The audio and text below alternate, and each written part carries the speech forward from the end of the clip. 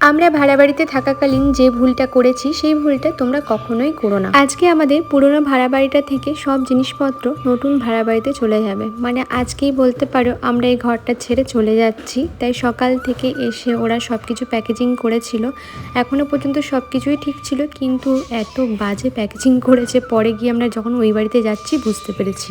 দেখো, একটা বাড়ি শিফট করা মানে তার সাথে কিন্তু প্রচুর পরিশ্রম লাগে, আর ওদেরকে দায়িত্ব দেওয়া হয়েছিল ওই কারণেই যে জিনিসপত্রগুলো যেন সাবধানে নিয়ে যাওয়া হয়। পরবর্তীকালে গিয়ে দেখি অর্ধেক জিনিস ভেঙে দিয়েছে, ফেটে গেছে।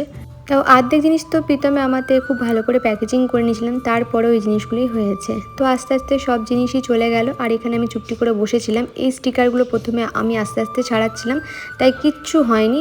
বাট তারপরে যখন ওরা টেনে হিঁচড়ে ছাড়াতে গেল তখন কিন্তু এখান থেকে একটু একটু করে রং উঠে গেছিলো। না, পুরো দেয়ালটা নষ্ট হয়নি, তবে একটু একটু রং উঠে গেছিলো। তবে একটা কথা বলবো, ভাড়া বাড়িতে যে ভুলগুলো করো না, যেটা আমরা করেছি, ভাড়া বাড়িকে কখনোই নিজের বাড়ি ভাববে না, মানে নিজের বাড়ির মতো থেকে ভালোবাসা দিতে যাবে না। আমরা অনেকগুলোই ভাড়া বাড়িতে থাকলাম, নিজের মতো করে সাজিয়ে গুছিয়ে নেওয়ার চেষ্টা করেছিলাম। তারপরে যেটা বুঝলাম, আলটিমেটলি ভাড়া বাড়িই হয়, কখনোই সেটাকে নিজের বাড়ির সাথে কম্পেয়ার করা যায় না, যতই তুমি সেটা টাকা দিয়ে থাকো না কেন। একটা টাইম মাঝে মাঝে মনে হয় যে আমরা টাকা দিয়ে থাকি, ফ্রিতে থাকছি নাকি, কিন্তু হিসাব মতো দেখতে গেলে কিছু কিছু বাড়িওয়ালারা ভাবে যে আমরা হয়তো ফ্রিতেই থাকি। যাই হোক, এখানে কিন্তু সব জিনিসপত্র উঠে গেল। আজকেই আমাদের এই বাড়িতে শেষ দিন, মানে আজকেই আমরা বিকাল করে ঘরটাকে পরিষ্কার করে চলে যাব। আর মাঝখানে প্রচণ্ড খিদে পেয়েছিল, তাই প্রীতম বাইরে থেকে পরোটা আর ছোলার তরকারি নিয়ে এসেছিলো, সেটাই দুজন মিলে খেয়ে নিলাম।